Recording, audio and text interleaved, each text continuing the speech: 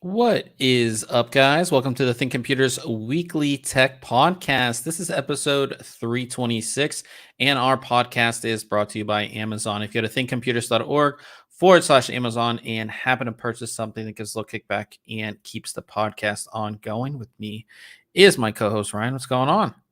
Not much. It's good to see you again. I know it was we recorded you last week, right? Yeah. So I've been gone for I only thought it was 10 days, and then I did the math again. I was like, I've been gone for 15 days, which is a little long vacation, I would say. It was a while. Yeah, I feel like I needed it, but it was nice to just get away for a little bit. But definitely, those last couple of days of the vacation, you're like, I just got to get back home. That's kind of how I felt. Yeah. But 2 weeks ago, Ryan had Jim on from Home Gadget Geeks. I heard that Ryan had a little bit of issues with the beginning of the podcast, but I didn't go back and watch it. I did. I was a little rusty. I was on the plane, and then I landed, and then I tuned in for a little bit to listen to you guys, or actually watch you guys on YouTube. So it was really cool to see that. And then I had pre-recorded a interview with our good friend Andy from eTechnics. So that's what you guys saw last week. If you haven't seen that, we didn't do like a live stream of it. It was just pre-recorded and then put on YouTube and then put out their audio version as well. So if you guys haven't checked that out, definitely check that out. We kind of talk about like behind the scenes of just like kind of doing what we do, running tech sites, how things have changed over the years, and just different products we're excited about. So if you want something a little different than our typical tech podcast, definitely go ahead and check that out. It was cool hearing his backstory. I hadn't really heard that, how he's like, his parents are like, oh, the website stuff, and then just his whole thing, and then talking about how you've got to produce content for all of these sites and platforms and how you have to tweak things here and there. It's just good, like behind the scenes, like you said, information. So it was good to listen to. Yeah. It's always good to get somebody else's perspective, even though because even with what I do, it's like I'm kind of in my own bubble, and then hearing somebody else who's doing the same thing, how they may do things differently or different perspectives, it's just always good. So definitely check that out. It's on our YouTube. If you're listening to this audio, it should be the previous episode. So definitely check that out. Yeah, man, but it's 15 days away. I've been still working, like we're posting news, and I got a couple of reviews up and things like that. So I still was working from a laptop, but it feels so good to come back to my 49-inch ultra wide, my gig internet. Like it's just totally different world here. Obviously like incredibly more productive in the office here, which is a nice thing to come back to. But yeah, I don't think there's anything else really. Like I did mostly like outdoorsy stuff on this trip. Nothing really. I got to fly my drone a little bit more. Oh, nice. Did you use Jim and I talked about summer tech, and you kind of had your pre-recorded video. Did you end up using a bit of that stuff, like the external SSDs and things like that? Yeah. So anytime I record anything, when I'm traveling, all that data or all that footage goes to a portable SSD. Just always, it's just kind of how I pull everything off and kind of do that. So I use that. I use the portable batteries that we talked about to recharge different devices on was it 4.5 hours to first layover, and then an hour, like you're on your phone the whole time. It's gonna so sure. That was really great to have that. What else did I talk about in that? I'm trying to. I was just curious. Yeah, you had one Bluetooth speaker. Yeah, Bluetooth speaker. So that was good to have. I got a Airbnb cabin, kind of like up in the mountains, and just chilling on the deck with some music playing. Perfect Cool. for summertime. So, yeah, but I did get to fly my drone, and I flew it in places where like there was not satellite signal all that well, and it was there were some sketchy situations where I thought I was gonna wreck it. But it didn't. I didn't crash the drone. I came close because I wasn't paying attention, and I'm going into this waterfall, not into the waterfall, but like coming close to the waterfall. And then in that sort of vacuum where the waterfall was, the drone went like this. It's like I'm going slowly, capturing it. And then the drone just like dropped like 5 feet. And I was like, I had to pull it out of there really quick because it was going in the water. Oh no. But yeah, no, that was the mostly tech related stuff. Obviously had my laptop, which is a Lenovo ThinkPad X1 Carbon. That was great to have. No issues with, emails and all the other kind of work related stuff I had to do. Super thin and light. If you guys are looking for a travel laptop, great little laptop there. But yeah, no, I'm back. I'm super excited to be back. It always feels, I think the last time I went away was for a wedding, and I think I was gone total of 4 days, and it didn't really feel like I was gone. But this time I was like, yeah, I need to get back to work. Like I need to start making more content, like getting reviews out there, all that kind of stuff. So it's really, really good to be back. And definitely expect a lot of content because when I came back, there were just products sitting outside my door from FedEx and UPS. So we have a lot of stuff, a lot of exciting products and things coming up. So yeah, I'm really, just like I said, just really, really excited to be back. Of course, guys, if you want to follow along, we are going to be talking about stuff obviously other than my trip. You can check out our show notes page, which is linked in the video description. You can scroll through and see everything that we're going to be talking about, and we'll start with a really great Gen 4 NVMe SSD. It seems like this company doesn't put out, well, actually they put out a ton of products, but their consumer facing products, they don't have a whole lot of them, but the ones they do put out are just excellent. So this is the SK Hynix Platinum P41 Gen 4 NVMe SSD. This is their first Gen 4 drive. It's also their first drive to use 196 layer TLC NAND.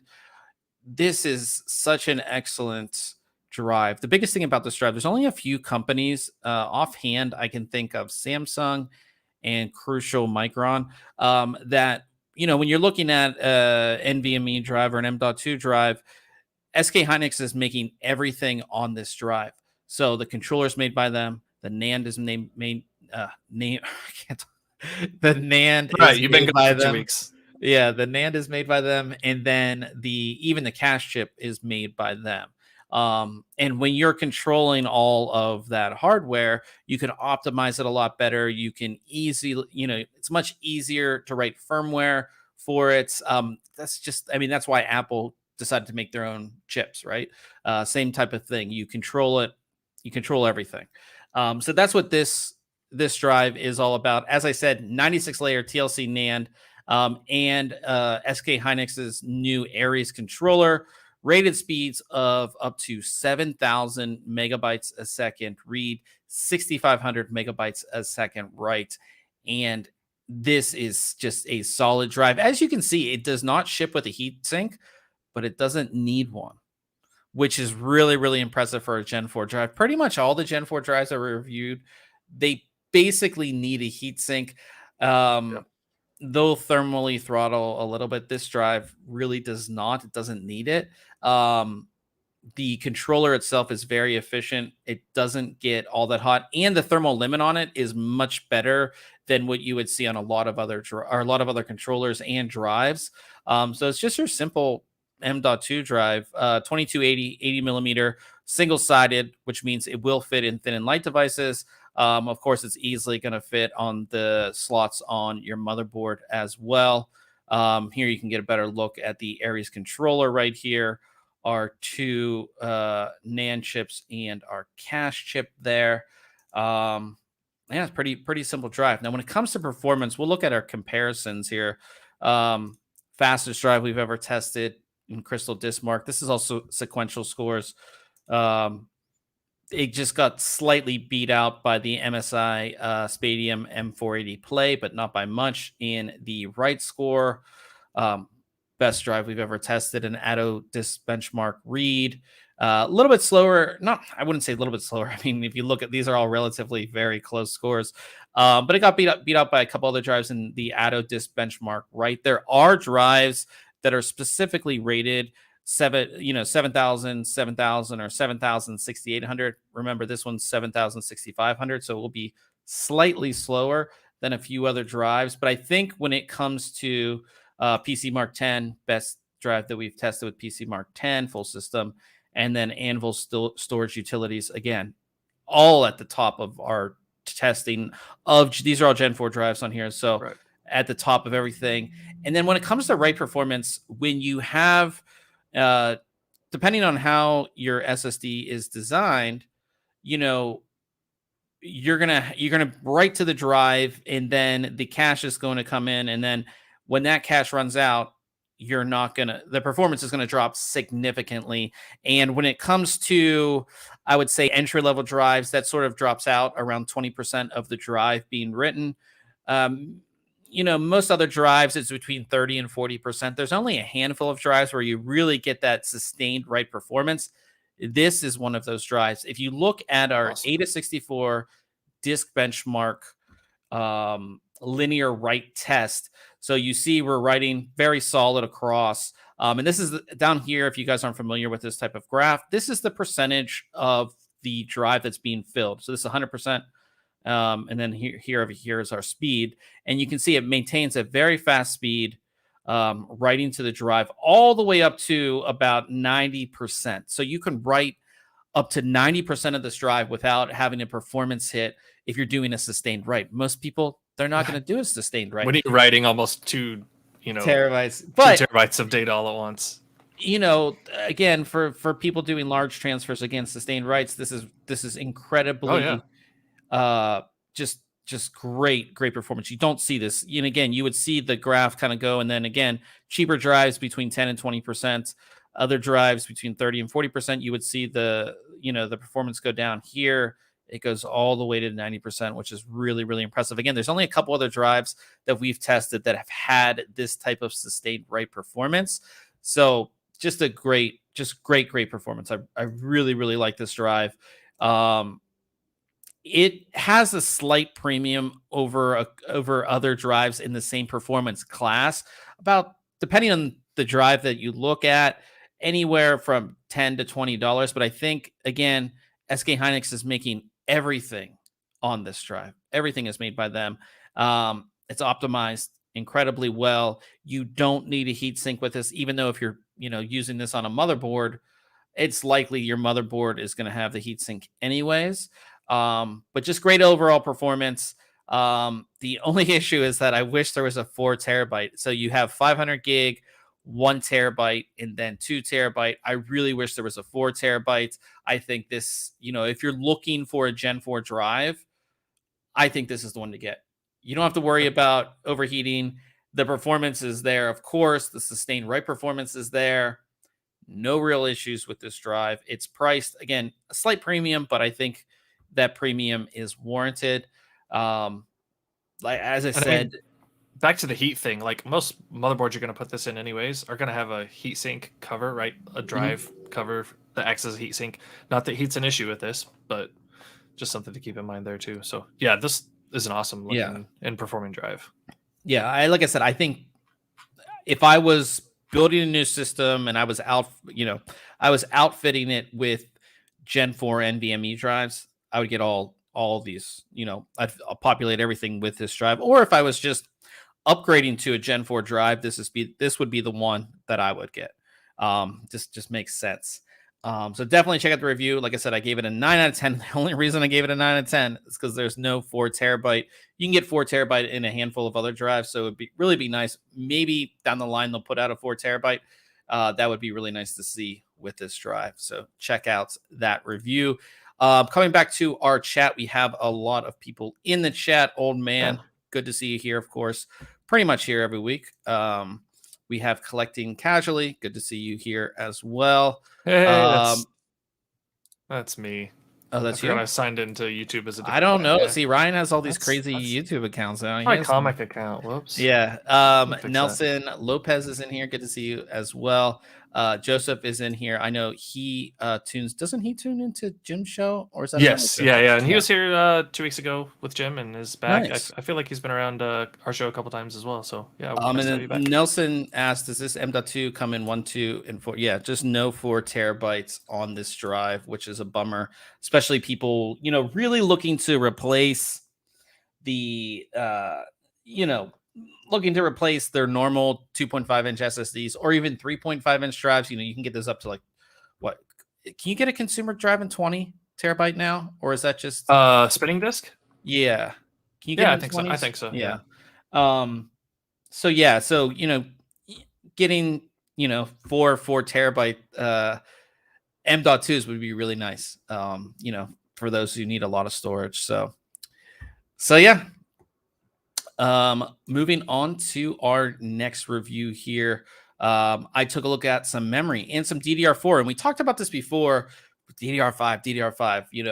DDR4 is going to be here to stay at least for a while, just because Intel's next generation platform will support it. Of course, we have people, we like the latest tech, but AMD's, current generation, it's still going to be DDR4, obviously, and then Intel's next generation will support both DDR4 and DDR5. So we took a look at a new kit from Lexar. This is their Aries kit. This is basically the RGB version of a kit that we took a look at before, which is their normal Aries version. This is DDR4. The normal Aries that we looked at was DDR5. Same overall design of this memory. So we have the white version. Now, in their press release that they sent out like a couple months ago when this stuff first came out, they had a black version, but it's not on their website. So I don't know if they just like the white or it's not coming out or it's not available yet. Supply chain is still an issue. But we have the white version. Just pretty sleek and nice looking memory, I would say. All white heat spreader, black PCB, a little bit of gray up here with the Aries logo, and then of course have that diffuser at the top. One thing that I kind of do like is you see these diffusers and there's like a logo in the center. There's no logo here. It's just a diffuser, which I kind of like to see. You let the RGB shine. Don't cover it with some logo or something like that. So I kind of like that. Coming down to the RGB lighting itself, Lexar is one of the few that does offer their own software. It's pretty basic software, but if you're just not a fan of motherboard RGB software, or you have issues running it, RGB software is like the most I would say out of like all motherboard software, like RGB software just has the most issues. Yeah. So if you're having issues, you can run the Lexar software and customize the lighting if you want. As far as the RGB lighting goes, you can see it here. It's very good. And the diffuser is really good to make it look like a single light bar, not a bunch of RGBs below a light bar that we've seen in some other memory. So this looks really nice. You can kind of see it right there. It just looks great. And the Aries logo lights up, which I kind of like. Just a little different right there. So yeah, the RGB lighting is really good. Now, it's also interesting on their website. This is the only kit that they list. So this is a DDR4 4000 kit, so running at 4000 megahertz, which is pretty speedy for DDR4. I think it's great for Intel. I think for AMD, you really want a 3600 megahertz kit. But yeah, that's kind of what they have now on our kit. Now, I would hope other kits don't come like this. Let's go back here. On our kit, for some reason, you can see that the sticker is on the wrong side. Wow. We've seen this before on other kits from other companies. I still don't understand how this happens. I don't know if it's just somebody messed up at where they're putting the sticker, like at the factory where they're putting the sticker on. But all motherboards are the same as far as Yeah. for the most part, as far as where layout and everything. Yeah, the where and you don't want this showing out. It just kind of look. You can see here. It would just be nice if we didn't have the sticker there. So that's the downfall. Again, we don't know if this is on all kits, but we would hope it's not. But it just makes it look tacky, or you could, and I believe if you take the sticker off, it voids your warranty. I was gonna say, you could peel it off, but then like you end up sometimes with adhesive, or you're like, you may have another kit of this or something, or then you don't know what your actual product is, like the timings and the capacity. So yeah, that stinks. Yeah. So that's the only downfall. Good overall performance. I thought the performance of it was really good. Again, it's a DDR4 or DDR4 4000 kit, 4000 megahertz. Timings of 18, 22, 22 at 1.4 volts. It is good. We were able to overclock it slightly up to 4200 megahertz by dropping the timings a bit. You're not going to get much performance. I think, again, when you're talking about DDR4, going anything over 4000 megahertz is extremely high, especially for, again, this is just like a mainstream kit, not crazy enthusiast kit. This is a kit that's going to look nice. It's going to perform great at its XMP profile, easy to set up, all that kind of stuff. $89.99, which I think is a good price. So I gave it a 9 out of 10. So check that out if you're looking to get some memory. And again, I don't know if they're going to offer a black version in the RGB. White is the only thing that I saw. It's the only thing that's available on Amazon currently as well. So yeah, go ahead and check that out. Brings us the Case Mod Friday. And do you play Valorant at all? Have you played Valorant at all? I don't think I've even played it. No. I think no. I either installed it once, but I don't think I have actually.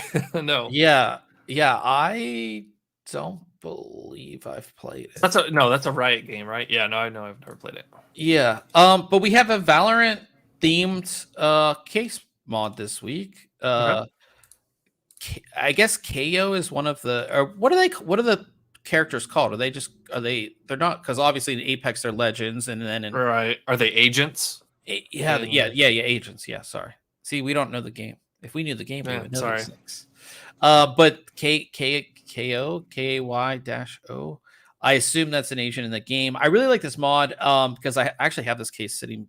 Oh, it's out of frame in my video, but I have this case. This is the Thermaltake Core P6, or maybe it's a P9. But anyways, Valorant themed build. I just kind of like it. The kind of, let me go to the picture of the actual, like, kind of, what would you call that?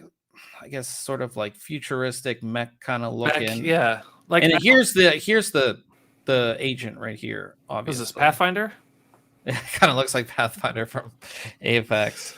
It's like a mix between Apex and Fortnite there. Anyhow, I like this build. I don't know about the brown like leather look on that side there, but other than that, I think this look is really cool. Yeah, and I like the colors, like the purple and the turquoise. Yep. Yeah, it surprisingly goes together well, and of course that in the silver of the case just makes it really, really nice as well. And then like not a whole lot of like this Arrow motherboard from, who's the Arrow? That's Gigabyte. Gigabyte, yeah. So like it's already silver, so you don't have to change that much there. It just all goes together really well. And again, the like futuristic front that they made, I really like that. Everything just goes together really, really well. It looks like like I said, it's just a solid overall build. Hard tubing with the purple coolant in there, and then the turquoise is of course the fans, which is really cool. So I really like the way it looks. And again, this isn't like something super crazy. You don't even have custom cabling for the power supply. They're just the cables that come with the Thermaltake power supply, and then you just have a simple water block. That's a bits power water block. It's pretty simple. Minus, I would say the hardest thing to do would be the tubing, right? The hard tubing in this build, yeah, most likely. If you were doing the build, I mean, I'm just thinking of me doing the build, and they're just they're all 90-degree bends, so there's nothing too crazy in there. Interesting. It's an EK block. I noticed that EK block and EK pump and Fittings. reservoir. I don't know that I saw what the radiator was, and it's a single radiator as well too. It's just one on top. Yeah. Bits power radiator. Bits power. Yeah. Old man, I was about to comment on this as well. He said he was surprised they left the power supply shroud open, because it's like open on the front and the top there, and then there's also like the drive tray on top of the power supply shroud. I would have taken that out if you don't have a drive in there. Yeah, I agree. But it's still a good looking build. Yeah, it's still a really good looking build. This is from Irony PC Diary, which I believe they're in Vietnam. Tell me, the only reason I know is that is, oh, you guys can't see this. I believe this is Vietnamese writing right here. So Taiwan. I'm pretty sure it's Vietnamese writing right here. So I'm pretty sure they're in Vietnam. We haven't featured them before. So yeah. So shout out to the Inani, not Irony, Inani PC Diary. But yeah, pretty cool stuff. So definitely check that out. And of course we have our full section of Case Mod Friday builds. If you're interested in just checking out mods, just scrolling through mods, getting ideas, we have a ton on the site. So definitely check that out. Also, reminder, we're still giving away a Fractal Design Pop Air RGB case. This specific one, which is the Colorful Core Orange Edition, has RGB fans. And then the inside and some of the accents are orange, which really makes the system kind of pop. 13 days left on this. Super easy to enter. It's all done through Gleam. You just, sign up for a newsletter, and then there's a bunch of different ways you can enter on top of that. So get as many entries in as you can. Of course, we want to give back to you guys, of course, get you guys some cool PC gear. So this would be a great, like I said, great way to start a build or upgrade just a current case. This case has good airflow, which we covered in our review. So definitely, like I said, get your entry in on this. Super easy. If you're looking for this page, we do have it linked in the show notes, but if you're looking for it, you just click the contest link at the top of the page, and then that will bring up all of our previous contests. It's the first one right here. You just click in, and then you'll see the little Gleam thing come up, and you just fill it out, and you are good to go. So get your entry in for that one. And then I'm not going to reveal it now. I told Ryan about it before we started, but we have another really awesome contest coming up probably in about a month or so. You told me about it. You told me what it was. No, I told you, but I'm not going to tell. Yeah. I can't tell them. I got to leave a little bit of a surprise. Yep. It'll be one you want to get it entered into. Yeah, you definitely want to enter that one. So we'll have another contest coming up. So coming to the news, I picked I picked a few things from the past couple of weeks as I haven't been here. Some of the things I think we should definitely talk about because they're pretty big news stories. The first one is, one of the big selling points of NVIDIA graphics cards, specifically RTX graphics cards, of course, was real-time ray tracing. And then AMD caught up, and they have their own real-time ray tracing as well. So they caught up with that. And then the second thing was all of the broadcast tools. So NVIDIA Broadcast allows, noise cancellation. If you're streaming, if you're gaming, if you're even on a call, just makes, takes out that background noise. You have somebody yelling in the background. We've talked about it multiple times on this podcast. And then there's video enhancements with that as well, and a few other things. So it really gave you a value add-on if you were buying an NVIDIA graphics card. Well, AMD, like I said, they caught up with ray tracing. Now they're catching up with that type of stuff. They announced intelligent audio enhancements, or their noise suppression, which is built into their new driver. Only currently available officially through with RX 6000 series graphics cards. But I think this is great. I think that, again, you want to give a gamer or anybody buying your product a reason beyond just the performance to buy that specific product. Again, we saw Nvidia do it. It's great to see AMD do it. And yeah, I think this is the thing going to be going forward is I think both Nvidia and AMD are going to be looking for ways to come out with products that help gamers, that help because again, it's not just gaming, right? That's why we have this type of software, is because people are streaming, people are doing other things. You just want good, clear communication with your teammates, and if you can have your hardware help you out in that type of way, I think it's pretty awesome. Obviously I've been away, so I haven't had time to test this. Yeah, no, I think this is great. I use RTX voice here, so like my phone has been beeping a lot tonight, so you probably haven't heard that going off, right? When I'm streaming, like I don't, number one, when I'm watching people like on Twitch or something, I don't want to hear their keyboard clacking away the whole time they're gaming. That's the worst. It's horrible. So that is all cut out with RTX voice or Nvidia Broadcast. I'm still used to calling it RTX voice because that's what I used for the longest time before they renamed it and added some additional features. But yeah, like you said, it's nice to show or have AMD showing the same technologies and availability on their products as well. So, and kind of like with Nvidia, we saw them just release it with certain cards and then they rolled it out to more. Hopefully we'll see the same from AMD.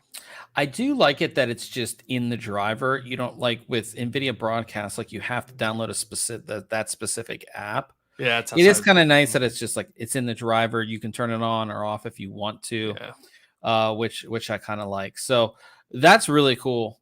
But kind of like I said, I wouldn't say they're on par as far as feature set, but they're getting, you can't say, oh, I need to get Nvidia because I need that, I need that clear voice now. You can do it with AMD. I'll be interested to see how it works. Again, I just got back last night. So I haven't had time to test anything or watch any videos or anything like that.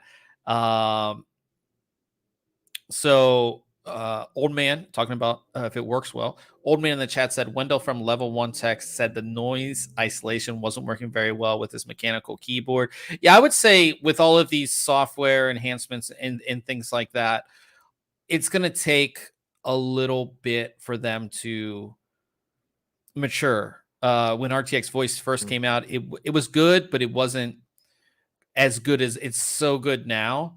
So it's going to take time and it's going to take, updates and things like that. We would hope, just like Nvidia, that AMD continually updates this and improves it and makes it better. I remember RTX voice, the first version of it, it would just like crush your GPU for no reason too. So they've made it so it doesn't tax your system as much. I mean, again, it's going to take time, but I think it, like, again, step in the right direction for AMD for sure. So yeah, pretty excited about that. Like I said, I have what do I have over here? I think I have a 6700. What did we just review? The 6750. So I have a 6750 here. That should work right with it. Yeah. So I can go ahead and test it out. Maybe I'll make a quick video on it while I have that card here. So yeah. Yeah, and then Old Man says Windows said he expects it to improve. Yeah, just like all software related things, new tech, it's going to improve over time. Yeah, so yeah, I definitely like that. Intel Arc, we've seen some stuff for the past couple weeks. One of the biggest things is we've seen the A380 come out in China.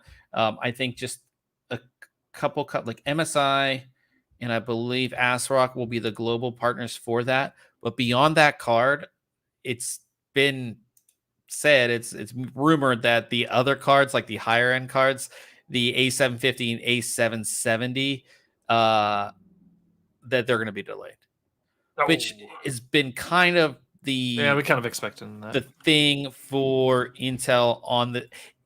I know it's so hard to launch a GPU, and I honestly think they're doing it the correct way, where it's lower end to higher end as far as the launch cycle. It just makes sense. Things need to mature, and with the lower end, you get you actually get a lot more people using the cards because more people have the availability to do that. But yeah, it looks like it could be delayed. Again, this is just a rumor.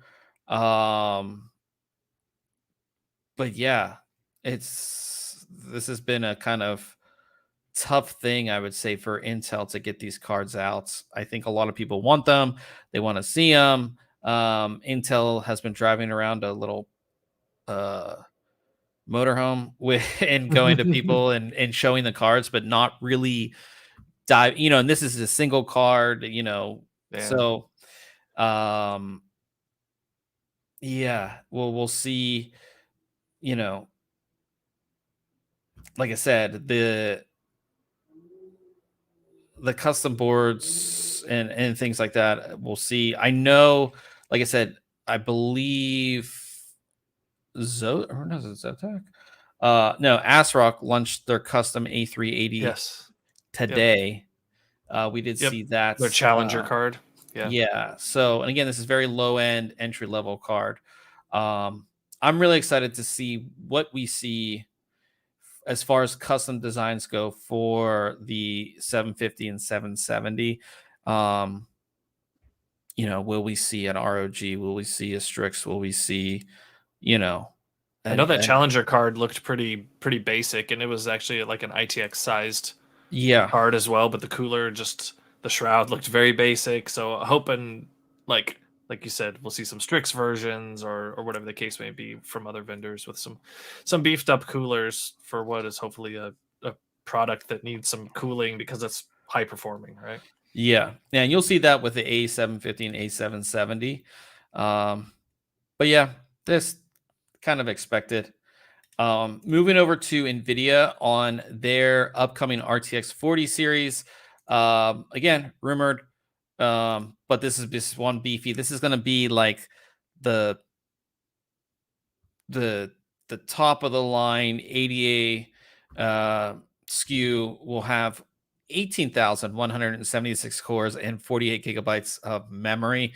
This is going to probably be the A1, the ADA 100, or whatever they're going to name these. The AD 100, which would be mainly for data center usage and things like that. Typically, we would see. But yeah, so 142 streaming multiprocessors, which again gives it 18,176 CUDA cores, 48 gigabytes of GDDR6X memory, 1.1 terabyte a second of memory bandwidth with that setup. I assume, again, this is going to be the data center type version card. Right? I don't think this would be a Titan class card. They kind of got rid of the Titan class card, sort of. I don't see why they would bring that back with this. And I don't see where 48 gigs of memory on a consumer or even a enthusiast card makes sense, right? It doesn't. That's we have 24. Yeah, 24. But twice that amount? Yeah. I don't know. But yeah, this comes from a pretty good leaker. This guy, he's pretty good leaker. 800 watts. It's crazy. Yeah, 800 watt board power on that as well. So, yeah, this is the AD 102 450A1. That's what he said. So, just rumors. Get you pumped up for RTX 40 series. I'm really excited. Anytime we get a new series of cards from Nvidia, it's good. And typically we see a decent. Past couple generations, we've seen decent improvement, not only in terms of performance, but again, what we kind of get as far as, we got RTX, then we got all the broadcast tools, a lot of cool stuff. So definitely pumped up for that. Nelson Lopez in the chat said, the more competition, the better for us, the consumer. Yeah, I always said that when Intel initially announced they were getting into the GPU space, and then they were stealing everybody from AMD, it seemed. Whenever there's more competition in any market, it's always good for us, the consumer. So adding a third player, making things more competitive, it's only going to help us. And as we've seen with GPU prices getting back to normal, hopefully that it helps that even more, where we can see some really... Oh, I didn't tell you this. I was going to text you this morning. I had a dream last night. I had a dream last night that a 3090 was $179, and I was like, "Oh man!" I was like, "Oh, I'm gonna buy 5." and just like give them away to people, like on our live stream. That's the dream I had last night. You can tell I needed to get back to work if that was the dream I had last night, was that 3090 was $179. Yeah, Shinny's in the chat. Good to see you, Shinny. Shinny back from the vid. Able to ray trace mod in Minecraft. Yeah. That reminded me that they released the ability to run ray tracing in Minecraft. I need to check that out again at some point. It is cool. We saw it for the first time. We saw it at CES and it looked so good. Yeah, it was very, very cool. When you can, then that's a game that you really can enjoy. Like if you're playing an esports title or a game where you need the more FPS, then do it. But if you're playing maybe even like an MMO or a single player game or something where you really want to enjoy the environment, turn it on. It's really cool. It looks amazing. So yeah. Ryzen 7000 series is poking its head out a little bit. MSI's main overclocker, Top PC, he shared a screenshot of a DDR5 running. And in this screenshot, it says AMD CPU. Of course, current AMD CPUs do not support DDR5. So what AMD CPU is this? We assume it's Ryzen 7000 series. Sure. This memory is running at 6400 megahertz, which tends for us to think that at least on this setup that there's not going to be. That's the biggest thing I worry about with Ryzen adopting new memory, is that was their whole issue. Was with memory, so that you're running DDR5 6400 on this setup, that it's going to work correctly and not have any issues. Hopefully there's not. But yeah, it's pretty interesting that this guy already has we've seen some links for AMD CPUs out in the wild, and this is just another one. Well, I mean, if you're their top overclocker, they're probably going to get you some product. So you can mess around with stuff. So we have the link to the screenshot if you want to check it out. But yeah, that just gets you excited. A lot of, like I said, we have new CPUs coming from AMD. We got hopefully new graphics cards coming from, we would hope, Intel and Nvidia. I mean, there's a lot of cool stuff coming. All the new motherboards come with the new chipsets. Oh, man, it's going to be an awesome nice holiday season for building a PC. Yeah, for sure. Talking about next generation Ryzen parts, it seems that AMD themselves accidentally disclosed some of the part numbers. Now, again, we kind of expect what these part numbers would be, because we have the current processors and you just add the next, whatever the next generation. So this is Ryzen 7000 series. So what we had on the 5000 series, you just replace the 5 with the 7. That's kind of what we expected. But these are official. These were in a doc that somebody found, and they found the mentions of these parts. So the official mentions were Ryzen 9 7950X, Ryzen 9 7900X, and Ryzen 7 7700X, and Ryzen 5 7600X.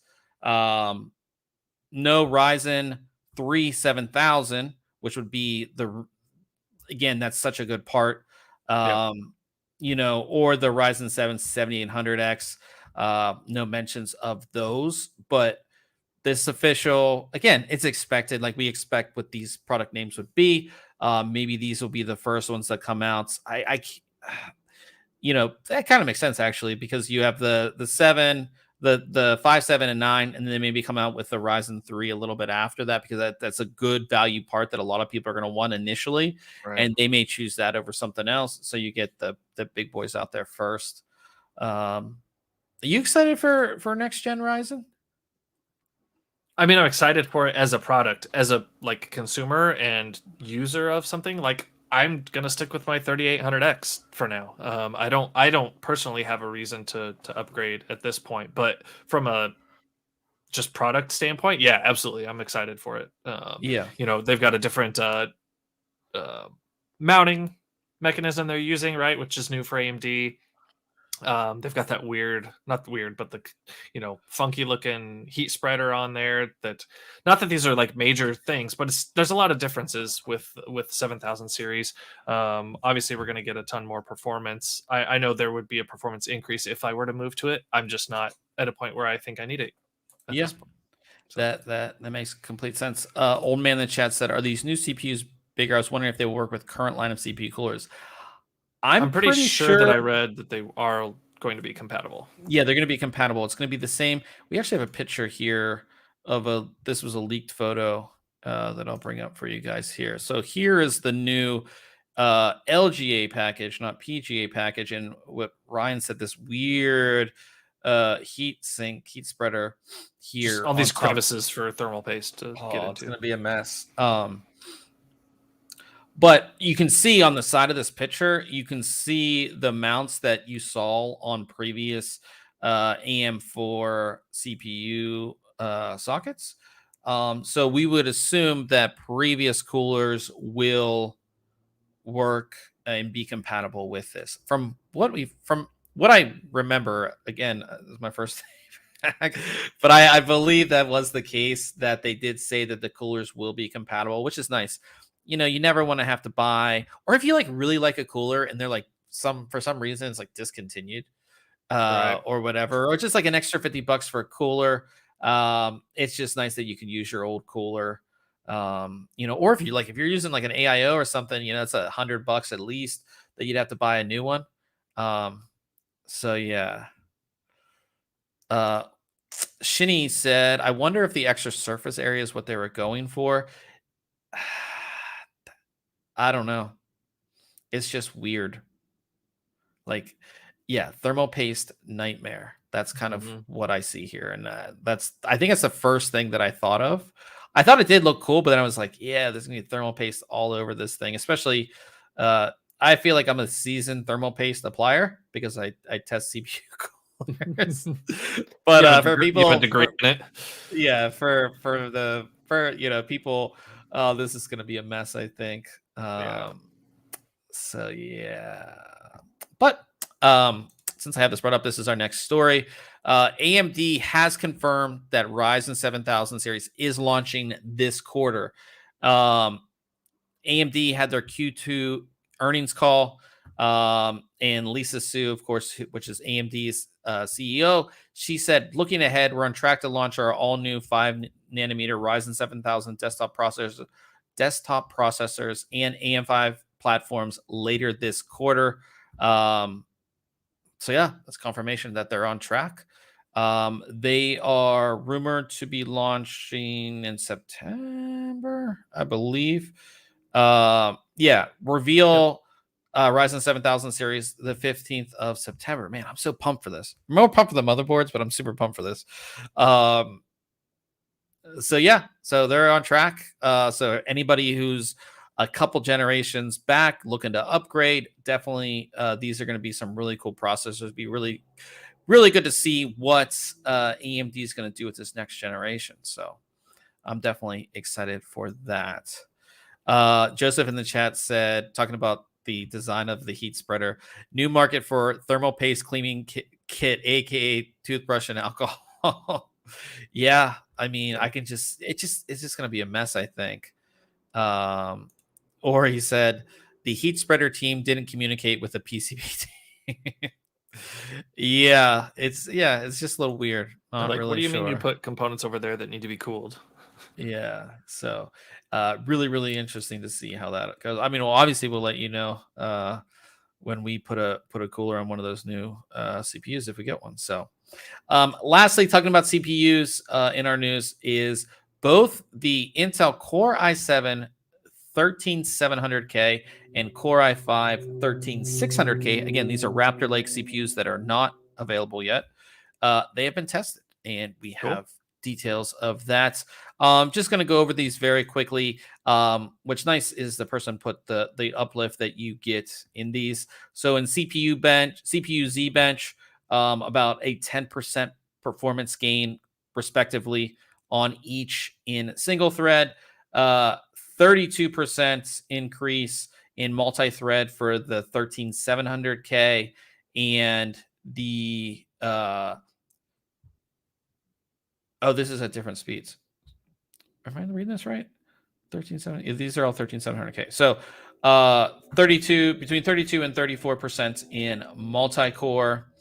And then here is the 13600K, 5% increase in single core, between 39 and 40% increase in multi-core, which is really cool. And these are just different DDR5 or DDR4 and DDR5, running the chips at DDR4 and DDR5. So big multi-core increase in that.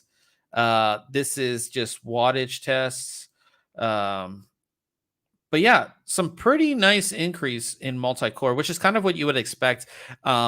Single core uplift on both AMD and Intel has been good. I would say it's definitely good since AMD kind of got into the mix with Ryzen, but it's the multi-core is where you're going to see a lot more performance gains with these new processors.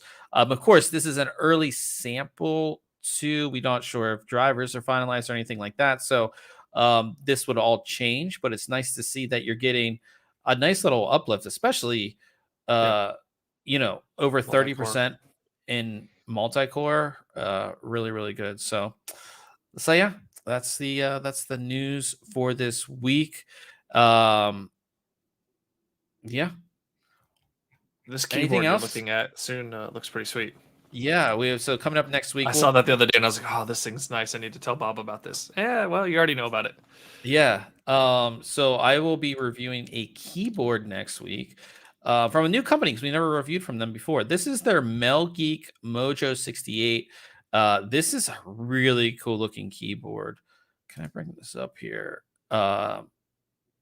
It's just really cool. Just the whole design of the keyboard. And it has this is plastic type of keycap set. What's cool is you can actually buy just the keycap set if you already have a keyboard. Oh, cool. They offer a bunch of different, this is their Mojo 68 keyboard. They offer a bunch of different versions of it if you go to their website. And what's really cool, I think you'd like this, Ryan, is they offer a number pad too. That's not what I was going to, let me go back here. So Mojo 68, if I click on that. So they offer cool. The number pad, which is really cool. So I have this one, which is like the clear plastic one, but if you go back, you have the number pad too? I don't have the number pad. Oh, okay. I don't think I'd get the number pad because I don't use the number pad all that often. Sure. But they have a bunch of different colors. I really like this one. I will definitely have that for you guys next week. It's super cool. Cool little keyboard. I love keyboards have become one of my favorite things, I think, especially these custom. I feel like they're going to overtake motherboards and external or portable solid state drives. I really like motherboards. I don't know if they'll overtake it, but they're just so cool. And how, it's a keyboard, you can't do much with it, but like how these companies have really changed the game and like made things so cool looking and comfortable and functional, of course, as well. So definitely stay tuned for that. Next week, Ryan might have a headset, a really, really nice headset for you guys next week as well, depending on if he gets that done. But yeah, guys, lots of stuff coming. I have so many products into review. It's insane. So I'll be doing a lot of work. Again, definitely get your entry in for our case giveaway. We have another one coming up, which is a really awesome product. Just lots of stuff going on. I will be back making videos, so I'm just really excited. It was, like I said, that 15-day break was really, really nice. Now I'm just like super pumped to get back to creating content. Of course, last time I came back, I was deathly sick, and now I feel great, and I'm just ready to pump out content for you guys. So definitely, really, really excited for the next upcoming months, and we have so many cool launches coming up too, with all these new graphics cards, CPUs, motherboards, all that kind of stuff coming out. So we'll have a lot of cool stuff for you guys. We are going to be jumping over to Twitch. Last week I missed one of my favorite game modes that for some reason you missed Apex, it 2 weeks in a row. Yeah, Apex only put it in like once every 4 seasons or 5 seasons or something like that, where it's shoddy sniper, where you get a shotgun and a sniper and there's no other guns in the game, and it's so much fun. I missed that. But we're going to jump over there. Shinny's going to be gaming with us. If you want to keep on hanging out with us tonight, it's twitch.tv/ThinkComputers. Get over there. And then real quick, Old Man says Lawn Mowing Simulator is free on Epic till tomorrow. I'm grabbing it right now. Yeah, get Lawnmower He Simulator. beat me to it. He's always the one to tell us about that. But yeah, definitely jump over there. We appreciate everybody coming out this week. Like I said, it feels really good to get back and just get back in the swing of things. Hopefully, I'm not too bad at gaming. But again, thanks everybody for coming out, and we will see everybody next week.